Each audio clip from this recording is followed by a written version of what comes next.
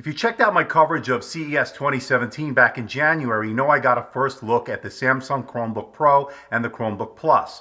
The Chromebook Pro has not been released yet. That's coming in April. But I was able to pick up the Chromebook Plus. That's the one running the ARM processor. Hi, my name's Andrew, and this is the full review of the Samsung Chromebook Plus. Let's find out if it's worth your money.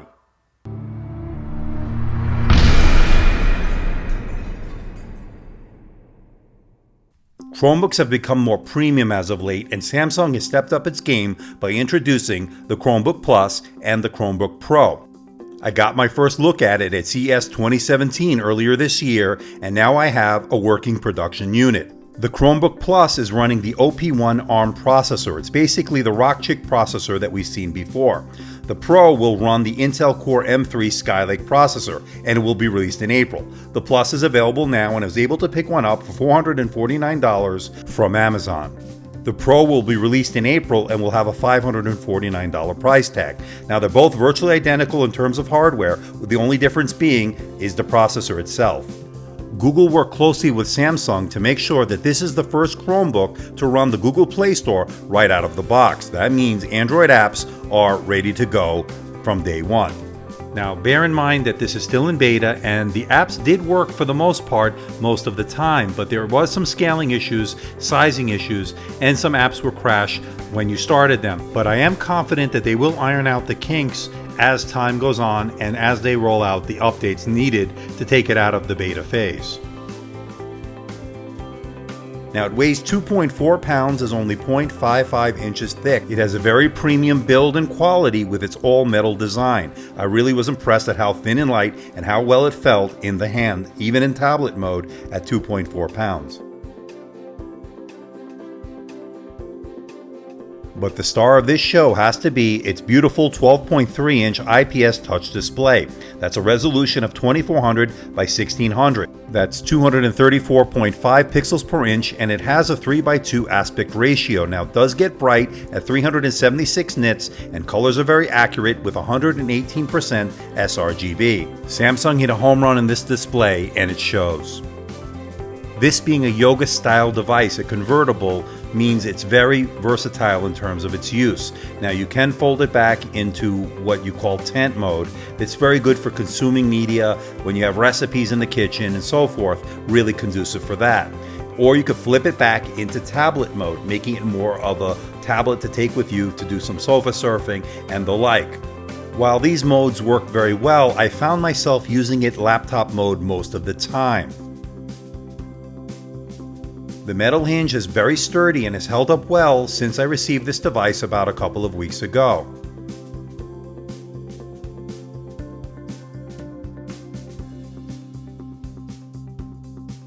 As far as ports are concerned, here's what you get. On the right-hand side of the device, you're going to find what most people would call an S Pen, except Samsung refuses to call it that. But we'll talk more about the pen later in this review. And of course, you get your USB Type-C. This is where you can charge the device, and you get your power button along with a volume rocker up and down. On the left-hand side of the device, you'll find the 3.5mm headset jack along with a second USB Type-C. You could also charge the device with that port and connect it to a TV or a monitor. And of course, you get your micro SD card slot for storage expansion.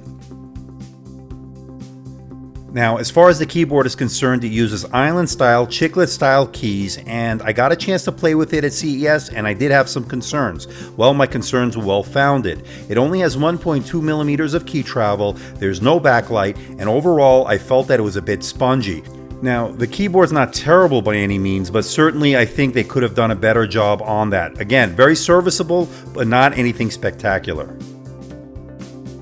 Now, the trackpad was decently sized at 4.1 by 2.9 inches, and you can do two-finger scrolling, and three-finger tab navigation in the Chrome OS certainly worked well.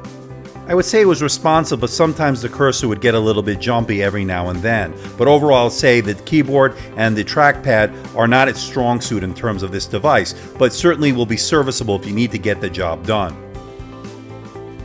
But one welcome new addition is the pen. Not much was known about the pen, and at CES not much information was given, but I can confirm that using the Wacom technology, it's EMR, meaning that there is no battery, unlike certain other pens that have been released as of late. Now, it looks very much like the S Pen on the Note line, but it is a little bit larger and it doesn't have any buttons on it. But it did work very well, and palm rejection was working extremely well, and it did have some pressure sensitivity. Now, I think it has 1048 levels of pressure sensitivity, but I can't be certain. But it was great for note-taking, sketching, drawing, doing screen captures, and as a general input device to navigate through the Chrome OS. And I like the fact that you can store it in the device, unlike some devices out there right now. Now, as far as sound is concerned, there are two bottom-facing speakers. Let's hear them in action. Hi, my name's Andrew, and this is the unboxing and first look at the LG Watch Sport running Android Wear 2.0. Let's find out what's inside the box.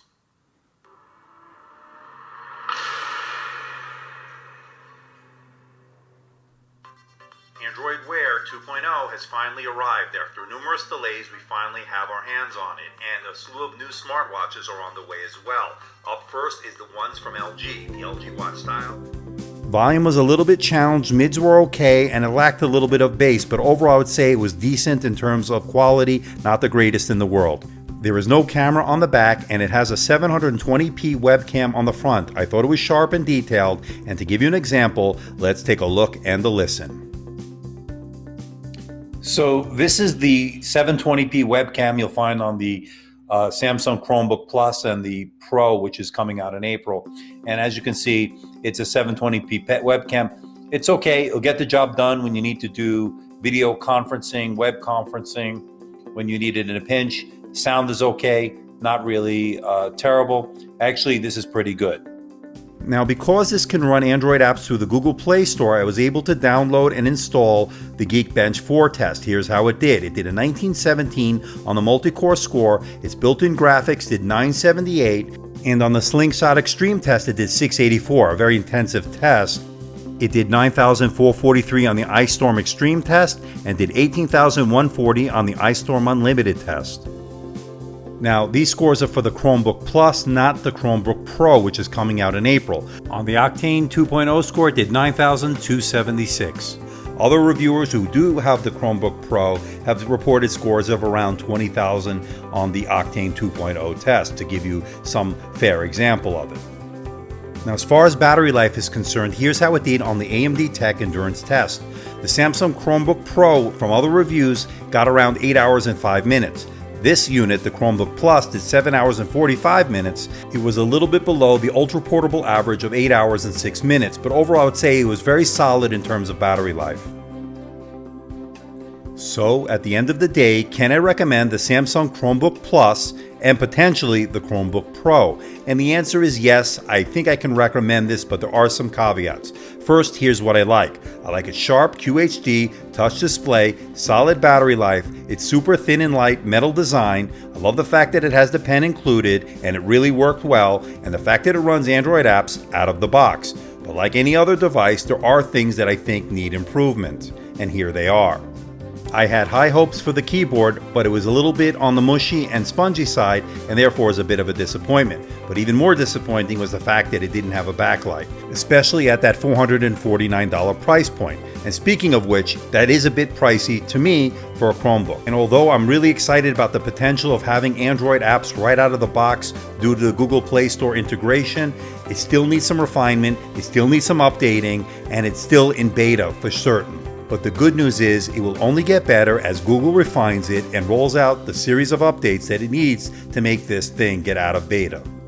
But with those few negatives aside, I have to say this is a solid offering out of Samsung, even with the Plus model, and I think it may even be better with the Pro model coming in April. But I have to say it checks all the boxes that you'd want in a 2-in-1 convertible Chromebook. The fact that it has a beautiful touch display, the fact that it has good solid battery life, great build and design, and the fact that it has a pen integrated into the unit really stands this apart from other Chromebooks in that range. And I love the fact that you could run the Android apps right out of the box, although it's still in beta. I like the fact that Samsung integrated the pen and worked closely with Google to make it something unique that we haven't seen from Chromebooks before. And that's why I'm going to give it 77%, making this worth your money. So what do you think about the Samsung Chromebook Plus? Do you think it lives up to all the hype?